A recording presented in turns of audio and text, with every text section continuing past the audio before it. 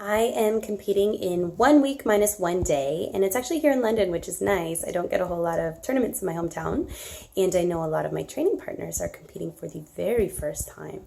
Very proud of them, very excited for them. So I thought I would kind of talk you through what to expect for your first tournament and give some tips and hints on how I deal with some of the harder parts of the day. So let's start right from the bat. Starting now, you're probably feeling a lot of nerves, adrenaline, butterflies. In fact, you've probably been having it for months, maybe even before you registered. This is normal, and it is common, and it is not a bad thing. Realize that your opponents are feeling the exact same way, so it is an even playing field. But also know that just because it feels bad doesn't mean it is bad. Adrenaline is your body's way of coping with fight or flight because it makes you run faster or it makes you fight harder. And you're going to have a fight, so maybe adrenaline is exactly what you need. Adrenaline is kind of like a really fast car where if you can control it, it's great. It's going to get you to where you need to go. But if you can't, you're going to crash. Adrenaline's the same. It will make you stronger and faster, and it can make you clearer. But if you can't control it, and you're going to see this a lot, especially in the novice divisions, someone is going to get too excited. They're going to get nervous. They're going to give everything they have. They're going to come out like a raging bull and gas after 30 seconds. And then the rest of the round is not going to be fun because it's all going to be survival mode when you're tired. So you have to be very intentional about controlling it, throttle the adrenaline. But you do not have to fear the feeling, okay? And also know that the more you compete, the better it gets. You can actually learn to love this feeling. For me, part of it is I don't get it as early. I don't get it as often. I don't get it as severely. So it's not an overwhelming thing anymore. And it's kind of just like a little bit of tingles here and there, and I kind of like it. But probably the biggest factor in why it's not a negative experience for me now is because I've learned to trust it. This is exactly what my body needs to do to get me ready for what I'm about to do. So don't forget about how it feels. It's okay. The night before, you're probably not going to have a great sleep. Again, normal, common, and it's okay. I used to really kind of get in my own head 3 a.m, like, I can't sleep. How am I going to compete tomorrow if I'm going to be this tired? The thing is, you're going to wake up and you're not going to be tired because there's so much excitement and so much adrenaline that you're going to feel fine. What the mistake can be is that you do the math. Okay, I got 2 hours of sleep. I'm probably going to be really tired. I should have a lot of coffee. That's the mistake. Don't overdo it with caffeine. Adrenaline plus caffeine is a terrible feeling. Actually, I did this at the Budo Open. I wasn't even nervous. I had hardly any nerves for that tournament whatsoever, but I had some really strong coffee and I felt like I was going to die. Like I wasn't sure that my knees were going to hold up long enough to get me to the mat, let alone to compete. But then I was fine. But it is not a good feeling. Easy on the coffee. Okay, the morning of, I like to message my fellow competitors the morning of because it can be a really good bonding day for the team. It's great team building. And I like to check in to see how they're doing. I find that it kind of settles my nerves and often settles theirs. Okay, and then you're going to arrive at the venue.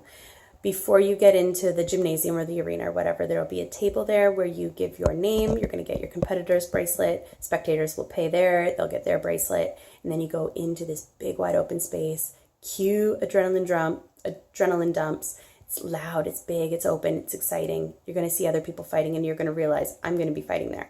And then anytime that I have been to a tournament, the team and I, we have kind of found like a home base kind of spot, usually up in the bleachers, where we drop our bags and one person always stays with it while the other people are competing or going to the bathroom, etc. You'll kind of just get settled in, chum it with your training partners. And then closer to the time when you're competing, usually about an hour before your division starts, they'll let you weigh in. So at one end of the mat, there'll be this weigh-in station. Usually there's a test scale, so you can check your weight when you arrive and right before you weigh in. Once in a blue moon, they won't have one, and then I find that usually you can kind of pout at them, and if there's not too many people around, you can step on it to check and see where you are. But usually there's a test scale. So you'll weigh in, they'll check your gi, make sure it's regulation, and then you've got an hour to rehydrate and eat. And depending on how much weight you had to cut for your division, it's probably going to be the most amazing thing you have ever tasted in your life. But remember, you have to eat, you have to fight in an hour, so don't overdo it. I like to have like fruit juice. I usually eat like a Cliff Bar, something a little more solid. But don't overdo it. Don't go for greasy foods. Don't be eating Skittles until the day is done. Okay, then coming up to your division time, you're going to go past the weigh-in station. There will be a fenced-off area called the bullpen. This, for a lot of people, is the worst part of the day. It is the calm before the storm. You know that it is imminent, that you're going to be up. Adrenaline and nerves are just going to be raging. And I find it super socially awkward too, because you know your opponents are in there. You're trying to figure out which one, who's who, and oh, are they intimidating? Am I intimidating? And all these sorts of things. It's hard for a lot of people. Now, I'm going to tell you how I cope with this, and I feel a little embarrassed, but it's been so helpful for me that I feel like I have to share this.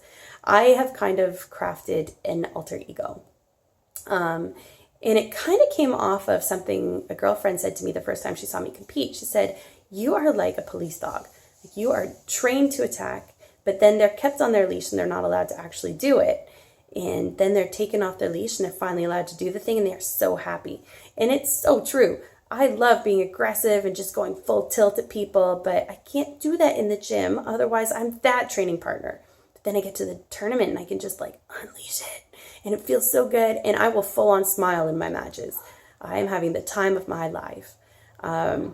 So this idea of the police dog has kind of been something, it's almost like a narrative that I am visualizing throughout the day. So in the bullpen, I'm picturing this dog pacing in a kennel and snarling and hungry, and it's really gone a long way to help make this part fun and really channels my adrenaline well. So it's not just, I'm not focusing on the feeling.